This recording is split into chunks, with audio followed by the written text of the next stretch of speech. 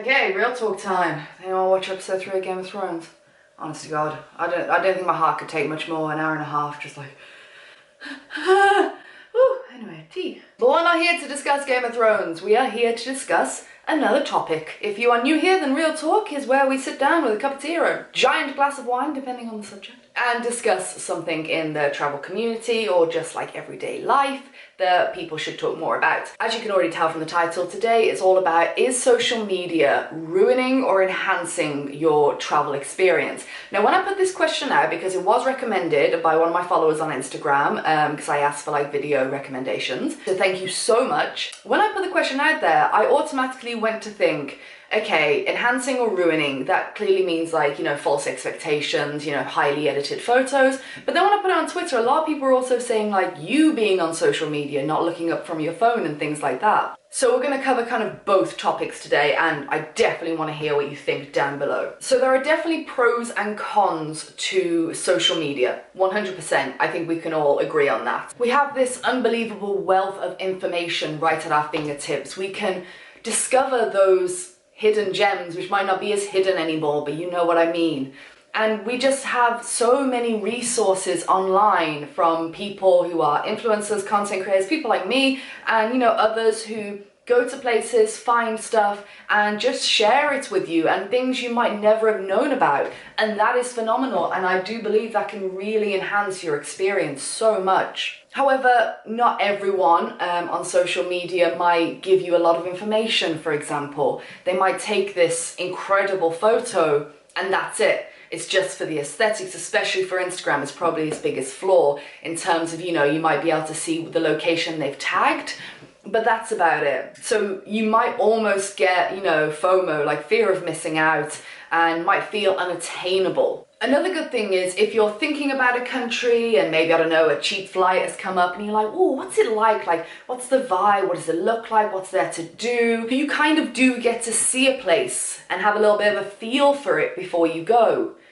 But do you? Now, the tea is hot, so prepare yourselves. I know this won't be news to most of you, but I can downright guarantee that a lot, not all, of what you see on Instagram is fake. Yes, the person was there, but what they don't mention is they literally spent 3 hours getting that shot. And a lot are so incredibly edited to the point where it looks like one person in the shot, when in reality, either that person has stood around for 2, 3, 4 hours waiting for like no one to be in that shot, or they have photoshopped everyone out. So in that sense, you're gonna then go to this place thinking, oh my God, it's so serene, so beautiful, and there are just crowds and crowds of people. Now, there are some amazing influencers. I follow some incredibly inspiring ones, and I don't mind if people are honest about it. Like, I follow a few people who are like, I had to wait so long to get this shot, and sometimes in their stories or on a carousel, they'll show how many people and all their failed attempts to get that shot with no one in it. That I have no problem with, at least you're being upfront. But there is a sense of, it's just fakeness. It's not real. Please take everything you see online with a pinch of salt. Hello?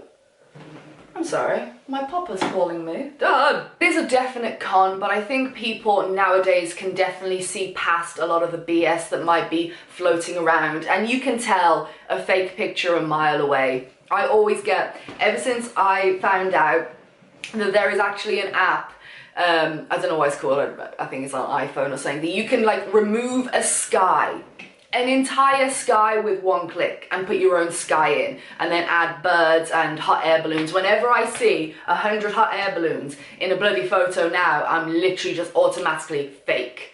So, I mean, sometimes there will be those beautiful shots of hot air balloons, but like, I'm like, fake, fake, fake. I mean, that's just insane. So in a sense, you do get to see a place and get a feel for a place before you go, but it depends on what content you're consuming. There is some content that you're just gonna have to look at and be like, that's not gonna be my experience. Another thing from the influencer side is press trips. Now, if you don't know what a press trip is, normally it is either a company, but a lot of the time tourism boards, We'll invite a bunch of bloggers, Instagrammers and vloggers to a country and have a whole jam-packed itinerary, and obviously they want to promote their country. So press trips are amazing because it gets to take me as an influencer to a country that I might not have visited before, see all of these things that have been highly curated for the trip, like the best things to do. But that does come at a con of the fact that press trips in general are designed so it's impossible for you to have a bad time, generally. They're made for the influencers and content creators who come, that you can't say a bad thing because they have been curated by the tourism board who know all of the like top incredible places for you to go. So you do have this phenomenal time, but then when it comes to creating content, you gotta be very careful because it can give you a lot of ideas, inspiration, and they're a lot of fun and things I'd never get to do, things I'd never normally get to show you or experience or anything like that. And that's amazing. I can pass that on to you. And I always try and do it in a way that gives you value. I always ask when I go on press trips, like, okay, so we're going on this boat trip. How could my audience book this? Like, how much does it normally cost? Because we don't have to pay for it. But like, I want to give you value. And that's really important to try and maintain with press trips. But again, you can't really have a bad time because they are literally whisking you around to the best of the best in that country. Another thing with social media, before we get on to like being on your phone all the time, going back slightly to pieces being very curated, like people spending hours over curating this image of a place that might not be necessarily reality. I think YouTube is a little bit better. However, even when I edit a YouTube video, I'm editing it in the way that I saw it. This isn't a bad thing for influencers or anyone, but I could go to a place like Jodhpur in India. I loved Jodhpur. I loved it, loved it, loved it. It had a really special place in my heart. I really want to go back. You could go to Jodhpur and hate it. You could absolutely hate it, but that's kind of just one of those things that you can't really do anything about, you know what I mean? It's very tough, that one, because it's just all personal preference. You know, I can try and, I'm just showing you my experience of things and your experience could be totally different. But I think just remembering that can happen and that is a thing is super important. There is one thing I would definitely say for the expectation versus reality side of things. The one place that you can go and kind of know what you're gonna get and be pleasantly surprised is Skillshare. I am outdoing myself. Honestly though, Skillshare is a phenomenal online learning platform with thousands upon thousands of online classes for you to take. Whether you're getting into design, a bit of tech knowledge, or you're growing your own business, Skillshare has a bit for everyone and I can guarantee you won't be disappointed. With their premium subscription, which I think on their annual basis it works out to like $10 a month, which is super cheap compared to other places you can go online. You know, you are getting what you are paying for, unlimited access to all of the learning goodness. Also, the first 500 people who click the link down below will get 2 months absolutely free, unlimited premium access to Skillshare. Expectation, unlimited access. Reality, unlimited access. You can't go wrong. I'm just having a bit of fun. A massive thank you to Skillshare. I'll also link down below some of my favourite classes I've taken in the past. They've really helped me with things like photography and businessy stuff and stuff like that. So go and check them out. 500 people, 2 months, absolutely free. So thank you so much, Skillshare, for sponsoring this video. You are absolute legends, and thank you everyone who does support them. They support this channel, you support them, you love them. I mean, it's just a good time all round. So I kind of want to end on, and I'm just gonna like ramble now because I have no notes for this. Social media ruining traveling because you can't get off your phone, basically. Now, for me, it's a bit different because this is my livelihood. This is what I do for a living. I go out and I'm definitely not one who sits for hours curating photos. If you've ever followed me on Instagram, I'm all about those stories, that plant life and those squidges, okay? But I think going back, you can go to a place with this expectation, this image from people online, and then almost if you don't enjoy it, it's like, well, what's wrong with me? Which would be an awful feeling to have. It's like, well, what's wrong with me? Why don't I like this place? This place has so much hype, which relates to my last Real Talk, which I'll link up for you. People just spend so much time because now the important thing is not to climb to the top of a mountain to say, oh my God, I climbed a mountain and I get this glorious view and I can take it in and feel accomplished and see this land from a different viewpoint.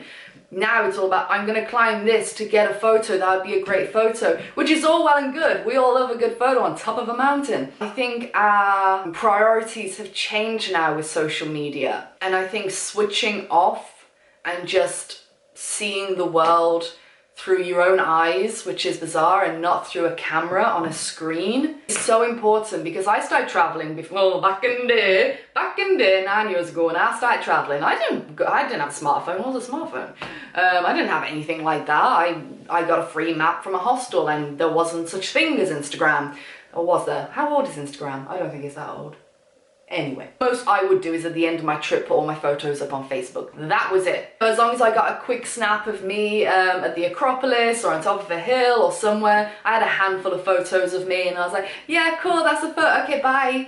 And I just enjoyed it. I really enjoyed just traveling because it wasn't a job then, there wasn't social media, and there wasn't that feeling of, I need to get this shot. On the other hand though, it's not necessarily a bad thing to want to do that and, you know, to be creative. So, there's definitely pros and cons of social media. My only piece of advice is just be very selective with what you're consuming and take everything with a pinch of salt. Of course, photos are going to be edited. I edit my photos, not heavily. I don't know how to use Photoshop.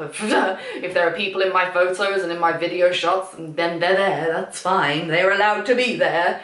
And it also gives you a better, you know, realistic expectation then. It's great when you find a shot that no one's there, because it might be just a genuinely quiet place, or you just in the moment where it's like, oh my god, there's no one here, get a photo. And that's great. I'm not about spending hours, that's not my jam. If it's your jam, do it, do you. But I'm not, if I'm going to a country, I'm not wasting like an hour or 2 hours waiting for no one to be there. That's not what I want to do. That's not where I want to go with this, and I can't be bothered. Anyway, so I'd love to know your thoughts down below. Did enjoy this little real talk. You will be getting this whilst I'm in Tunisia. We're actually leaving tomorrow for the airport hotel because we have a super early flight, so we booked a hotel. But yes, we're super excited. So that's why you probably haven't seen me much, because we're actually going on a proper holiday. All-inclusive resort, full-on holiday mode. Scott and I finally doing it. So we are very excited. But yes, let me know your thoughts down below on both things. Do you think influencers have a responsibility? How do you feel about these highly curated photos that everyone's putting up, and highly curated videos as well?